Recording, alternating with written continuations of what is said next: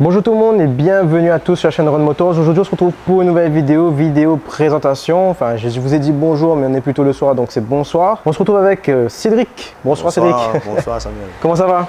Ça va et toi? Ça va, merci. Merci à toi d'être venu aujourd'hui. Tu nous as ramené la S3, celle dont on avait parlé il y a un an.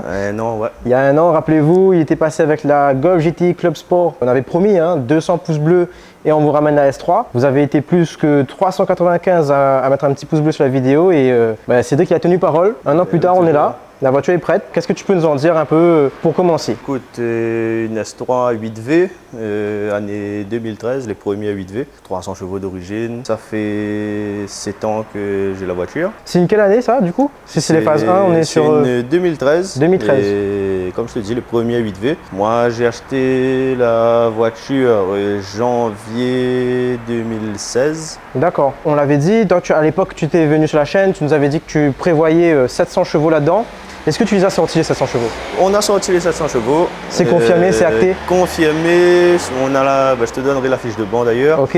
On a 707 chevaux. 707 et wow. 750 et quelques Newton-mètres, je ne me rappelle plus exactement. Mais oui, on les a sortis grâce à EATEC et ces deux motorsports Réunion, grâce à Sautron Mécanique et surtout ce monsieur-là, Nix Racing, monsieur Nixon.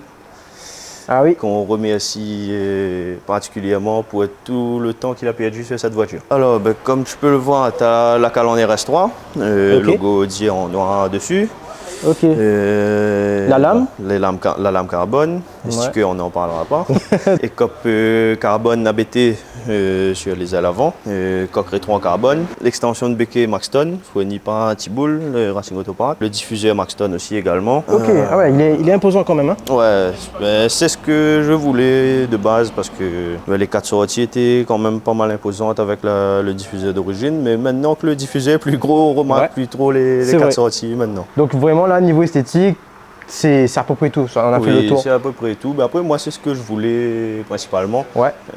Style assez simple, sobre et qui a un peu de gueule quand même. Oui, quand même, oui. Toi, ce qui t'a intéressé le plus, c'est la partie moteur. Oui, la partie moteur. Après, de base, c'était pas prévu d'aller autant dans l'extrême avec cette voiture. On est parti vraiment sur un projet pour mettre des chevaux. De base, on était sur 600 en plus. Ok. Bon, on est arrivé à 700. 700, c'est déjà pas mal. 700. Après, et puis d'ailleurs, on le précise, on le rappelle, on est sur une S3, donc 4 cylindres. 2 litres TFSI, 2 litres. Donc 700 chevaux, c'est énorme. Ouais, c'est ça. C'est énorme. Tu es toujours, comment dire, tu es toujours sur un 2 litres, il n'y a pas de stroke, rien. Toujours sur un 2 litres. Boîte d'origine, des Q250, boîte 6, DSG. Là-dessus, on est sur un montage, on ne va pas dire unique au monde, mais qui a très peu, on va dire. En Europe, il y a très peu. En tout cas, niveau local, c'est sûr que tu es le seul. Local, c'est sûr que pour l'instant, je suis le seul, oui. Ok. En termes de config, là-dessus, j'ai un G35. Oui, là-dessus, je suis le seul. Ok. Donc voilà la bête, c'est ça? Les 700 chevaux sont les 700 grâce à ça? sont là. Et voilà. Il y a pas... Ça, c'est très imposant, ça. Hein? Ouais. Après, sur un turbo comme ça, l'entrée du turbo était en 102. Donc l'admission, on est obligé de faire la totale en 102. Ouais. On était sur une 90, je crois, sur la config d'avant. D'accord. En diamètre 90. Là, tu es sur du 102 avec un filtre à air en 6 pouces. Et ensuite, ce qu'il y a de très visible, le collecteur d'admission. Collecteur d'admission que j'ai fait avec Kakarakis, j'ai commandé sur mesure, à la demande. Ouais. Tout le montage, en vrai, tu as les pièces plug and play comme le récupérateur d'huile qui est normalement un Racing Line qu'on a changé pour mettre un IE pour une meilleure...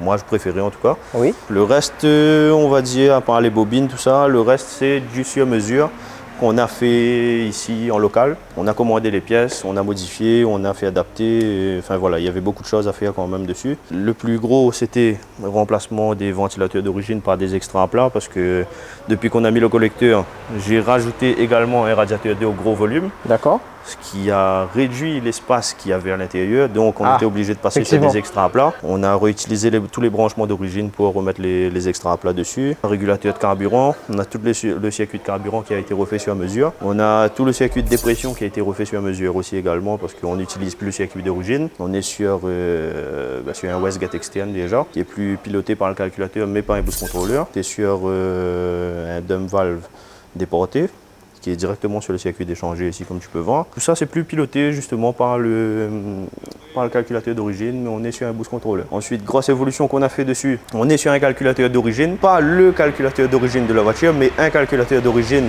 du groupe VAG. Juste pour te donner une idée, avec le calculateur d'origine, on n'arrivait même pas à prendre 6000 tours et la voiture déconnait déjà avant. Aïe. On était obligé de passer sur un meilleur calculateur. Là-dessus, on est sur un calculateur qui nous permet de faire des multimaps, qui nous permet de mettre le anti-lag dedans, oui. Le rolling launch anti-lag aussi également. Enfin voilà, tu as quand même pas mal d'options sur ce calculateur-là qui est vraiment pas négligeable, quoi. Quels sont les différents stades de ce multimap? On a deux maps. D'accord. Là-dessus, on a une map sans plomb qui est vraiment que pour déplacer la voiture. Ouais. Pas d'accélération, rien sur cette map-là. Très simple. On a la map 2 qui est la full éthanol. Ok. Pas de sans-plomb, pas aucun mélange. Pas de méthanol, rien. Pour l'instant, on est sans méta. D'accord. Le kit est déjà installé, mais il n'est pas, on va dire, il n'est pas opérationnel pour l'instant. La voiture n'a pas encore été réglée avec le méthanol. Ouais. Ce qui sera fait dans quelques semaines, quelques mois, je ne sais pas exactement. Okay. Mais voilà, ça sera fait par la suite. D'accord. Pour l'instant, sur les 707 chevaux, on n'est pas exploité à 100%.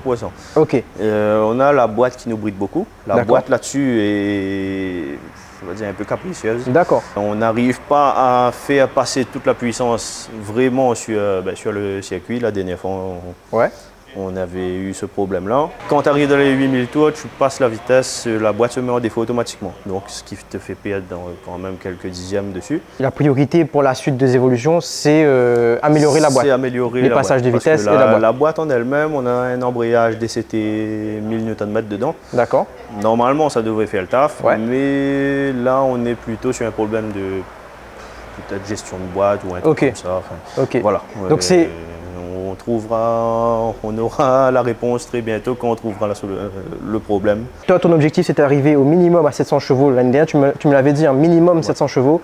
Tu l'as atteint et donc déjà félicitations pour toi pour ça. Merci beaucoup. Félicitations, je suis très content pour toi. C'est surtout que ça fait plaisir. On a pris beaucoup de temps pour faire un montage comme ça. C'est ça. On a coupé, haché, soudé, mais on y est arrivé. C'était pas évident, je pense. Non, c'était pas évident du tout. Là-dessus, comme je te dis, on a beaucoup de choses sur mesure là-dessus. Quand on a commandé le kit, on a commandé le dump valve, la Westgate, tout ça là avec, mais on n'a pas commandé les circuits déjà faits.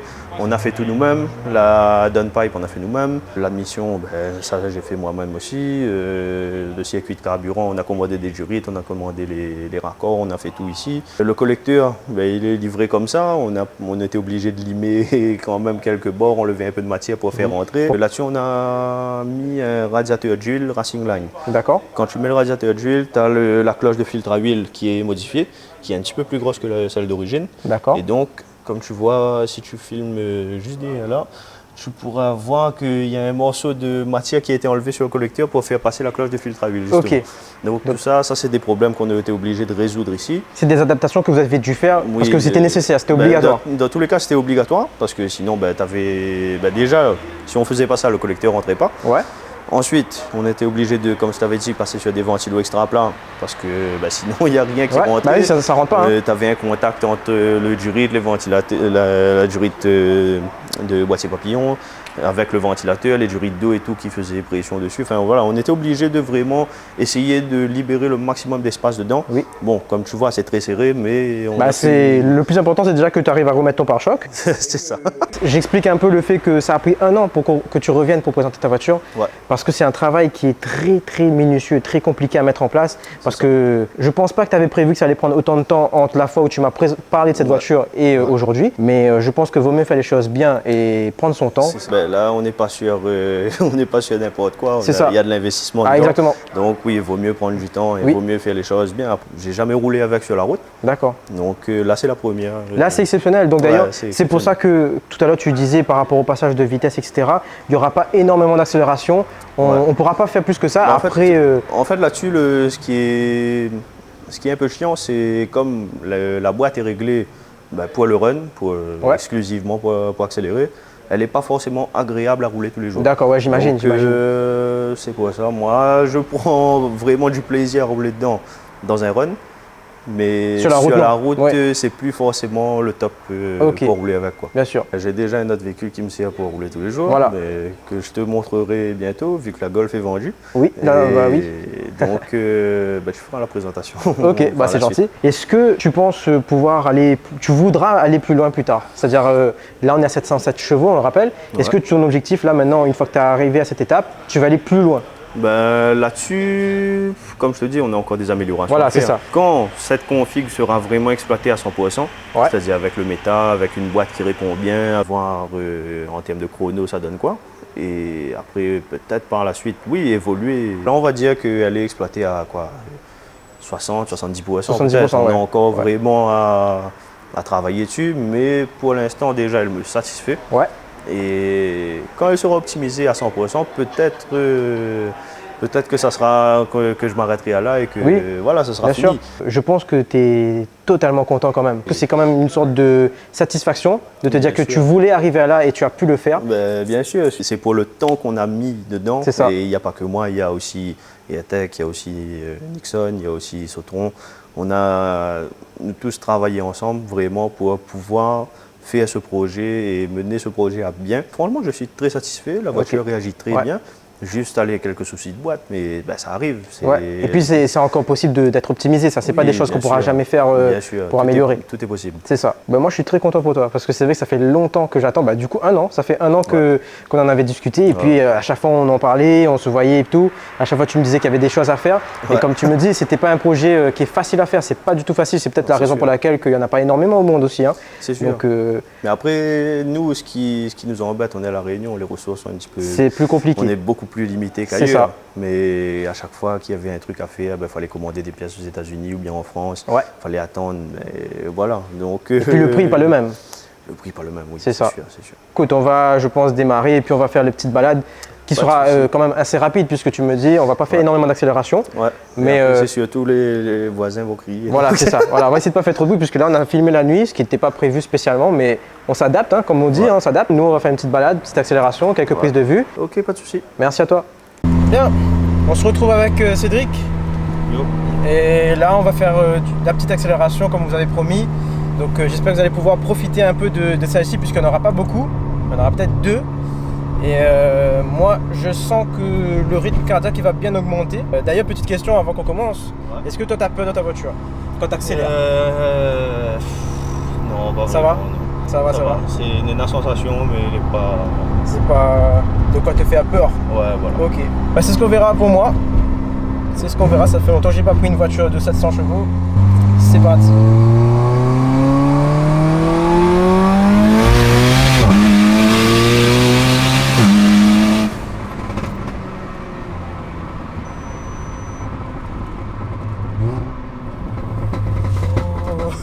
Ah ouais, d'accord.